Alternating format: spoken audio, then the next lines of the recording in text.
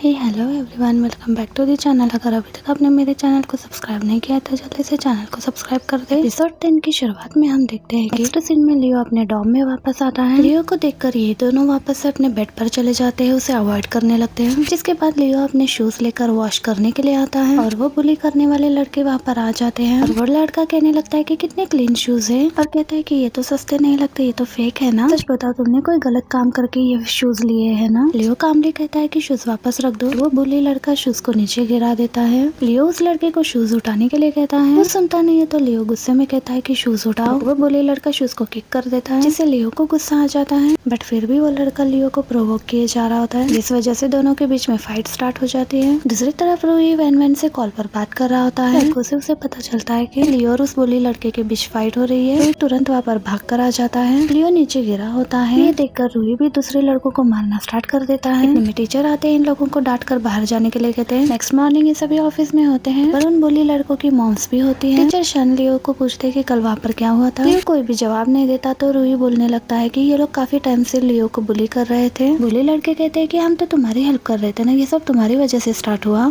इतने में यहाँ पर जिन भी आ जाती है। ये लियो के फेस पर चोट देखकर काफी अपसेट होती है। जिन डायरेक्टली मिस्टर शिन से पूछती है कि आप मुझे बता सकते हैं एग्जैक्टली क्या हुआ था। टीचर जिन बताते हैं कल रात इन लोगों के बीच में फाइट हुआ था। शुक्र है किसी को ज्यादा चोट नहीं लगी। जिन पूछती है फाइट हुई क्यों थी। जांग की मॉम कहती है कि रीजन की क्या जरूरत है, बच्चे तो लड़ते रहते हैं। जिन कहती है मैंने आपसे नहीं पूछा। कहती है नहीं पूछा, लेकिन मैं फिर भी बोलूंगी। मेरे बेटे का हाल देखो क्या किया इस लड़के ने। काइंड हूँ इसलिए मैं उसे छोड़ रही हूँ। इतने में रूही का अंकल लियांग यहाँ पर आ जाता है। तो जिन कहती है कि आप काइंड होने की वजह से छोड़ रही हो या फिर आपको डर लग रहा है कि आप गलत हो। दूसरी लेडी कहती है तुम्हें पता है तुम क्या बोल रही हो। तभी टीचर शी कहते हैं कि मैंने बाकी स्टूडेंट से इस बारे में बात की है, जिससे मुझे सच्चाई का पता चला। पिछले कुछ दिनों से सांग और गाओ लियो को बुली कर रहे थे। तुम्हारे साथ कुछ और लड़के भी शामिल, और ये पिछले कुछ 15 दिनों से चल रहा है। लियो से कहती है तुमने इन सब के बारे में मुझे पहले क्यों नहीं बताया। तभी सांग की मॉम कहती है कि अगर सब लड़के मिलकर इसे ही बुली कर रहे हैं तो यही गलत होगा ना। तो जिन कहती है कि जिसके साथ गलत हुआ आप उसे ही ब्लेम कर रही हो। तो वो कहती है कि तुम कौन हो, इसके पेरेंट्स नहीं आए। तो जिन कहती है कि मैं इसकी सिस्टर हूँ। तो सांग की मॉम कहती है कि देखो इसके पेरेंट्स नहीं आए हैं, तो ये किस तरह का लड़का होगा जिस वजह से पेरेंट्स सपोर्ट करने नहीं आए। जिन कहती है आपको कुछ पता नहीं है, आपने बस एक स्टूडेंट के बारे में जजमेंट पास कर दिया। ऐसे हो तो पता ही चल रहा है आपका बेटा कैसा होगा। वो कहते हैं मेरे बेटे में क्या प्रॉब्लम है, ये चोट देख रही हो ना उसी ने दिया है। कहते हैं कि आप और ज्यादा मत बोलो।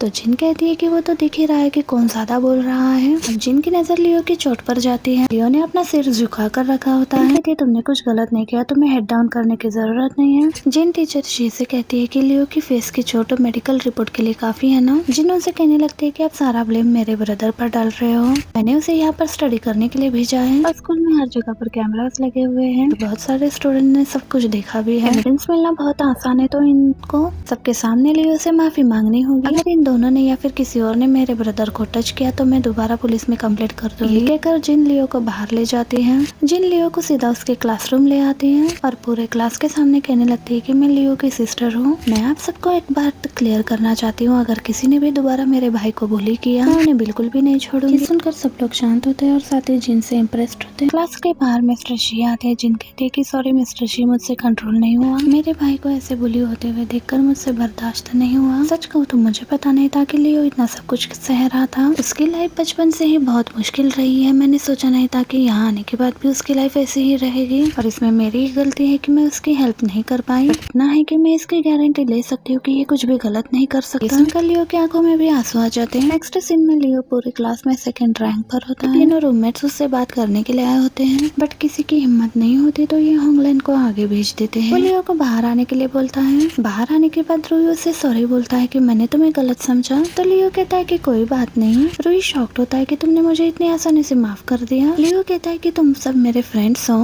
ये सुनकर ये तीनों भी खुश हो जाते हैं। नेक्स्ट में 2024 का सीन दिखाया जाता है। रूही एक लड़की को लेकर आता है, कहता है कि लिंगशो यहाँ पर आई है। लियो उसे देखकर काफी खुश हो जाता है। रूही कहता है कि आज से हमारी न्यू इंटर्न है। लिंगशो अब्रॉड में लियो की जूनियर होती है। अब ये बातें कर रहे होते हैं, इतने में यहाँ पर चंगी आ जाता है। तो लियो चंगी को बताता है कि ये हमारी न्यू इंटर्न है, ये अब्रॉड में मेरी जूनियर थी, ये अभी ग्रेजुएट हुई है और बहुत ज्यादा कैपेबल भी है। और कहता है कि मैं चाहता हूँ कि तुम इसे गाइड करो कि ये काम जल्दी सीख जाए। चंगी कहता है जो भी प्रॉब्लम हो तुम मुझसे पूछ सकती हो। उसे अपना पेपर वर्क कम्प्लीट करने के लिए कहता है। उसके जाने के बाद अब ये तीनों यहाँ पर बातें कर रहे होते हैं कि उन्हें कोई इन्वेस्टर मिला है, आज रात हम डिनर पर मिलने वाले हैं। लियो इस इन्वेस्टर से खुश नहीं होता। नेक्स्ट सीन में वो उसी इन्वेस्टर से मिलने के लिए आते हैं। चंग ही लिन शुए को उस इन्वेस्टर से इंट्रोड्यूस कराते हैं। उसे अब्रॉड से यहाँ पर एक्सपीरियंस के लिए लेकर आए हैं। चंग ही लिन शुए को इन्वेस्टर के लिए टॉस करने के लिए कहता है। चंग ही कहता है तुम्हारे सीनियर ने तुम्हें बताया नहीं टॉस किस तरह किया जाता है। लियो लिन शुए को ड्रिंक से बचाने के लिए कहता है कि जाकर देखो अभी तक हमारा ऑर्डर आया क्यों नहीं। अब रूही और चंगी दोनों मिलकर इन्वेस्टर को इन्वेस्टमेंट के लिए मनाने लगते हैं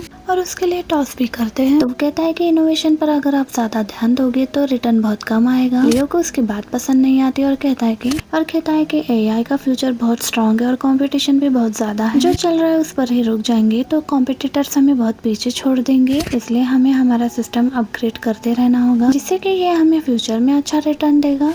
इन्वेस्टर कहता है कि फ्यूचर में इन्वेस्ट करना बहुत रिस्की होता है, जो तुम्हें अभी प्रॉफिट दे रहा है उसी से ही शांति मिलती है। यहाँ इन दोनों के बीच में आर्गुमेंट हो जाए इससे पहले रूही और चांगी इस सिचुएशन को हैंडल करते हैं। नेक्स्ट सीन में जिन डॉक्टर लो के साथ डिनर पर होती है। डॉक्टर लो को खाना पसंद आया होता है इसलिए पूछता है कि तुम्हें ये जगह कैसे पता चला। जिन कह गए चुन हमेशा न्यू रेस्टोरेंट ट्राई करती रहती है, उसने मुझे ये रेस्टोरेंट सजेस्ट किया। डॉक्टर लो कहते हैं खाना सच में बहुत टेस्टी है। जिनकी नजर लो की शर्ट पर लगे हुए बो पर जाती है। जिनके पूछने पर वो बताने लगता है कि आज मैं फ्री क्लिनिक के लिए गया था, वो बच्चे की जान बचाई थी, तब उसने अपने हाथ से बनाकर ये गिफ्ट किया। जिन कहती है आप इतने बिजी रहते हो फिर भी फ्री क्लिनिक के लिए टाइम निकाल लेते हो। लू कहता है पर्सनल लाइफ के लिए भी टाइम नहीं है इसलिए तो अभी तक सिंगल हूँ।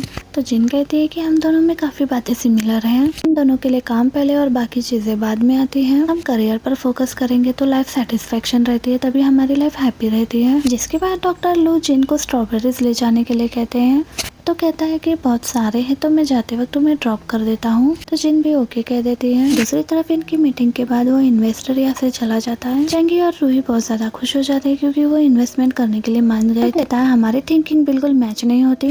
कहता है इससे फर्क क्या पड़ता है, वो हमारे साथ इन्वेस्टमेंट करने के लिए रेडी है, हम ये चांस खो नहीं सकते। कहता है हमारे लिए ये सही इन्वेस्टर नहीं है, हमें किसी और को ढूंढना चाहिए। चंगी कहता है हमें इन्वेस्टर चाहिए, को कपड़े नहीं लेने जो इतनी आसानी से मिल जाएगा। लियो कहता है वो हमारी थिंकिंग नहीं समझता।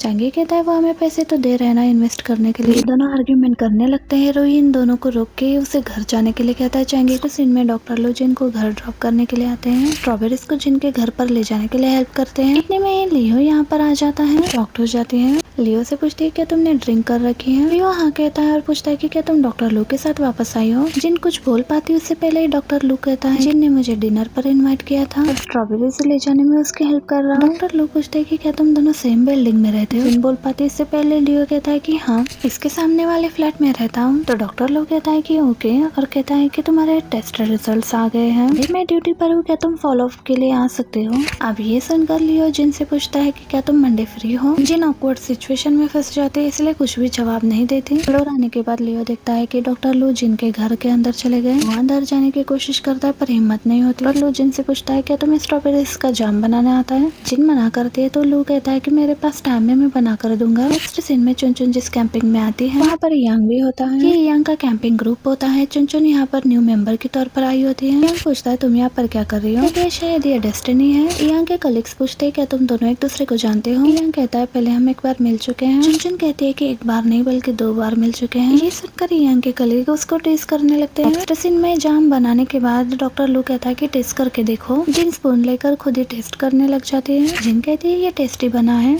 डॉक्टर लोग पूछते हैं कि इससे पहले तुमने लियो के बारे में कभी नहीं बात की। जिन कहती है हम बस एक दूसरे को काफी टाइम से जानते हैं। ये दोनों एक दूसरे से बातें करने लगते हैं। दूसरी तरफ लियो की नजर डोर से हट ही नहीं रही थी कि डॉक्टर लो अभी तक बाहर क्यों नहीं आया। ये जिन को कॉल करने ही वाला होता है तभी देखता है कि डॉक्टर लो बाहर आ गया है।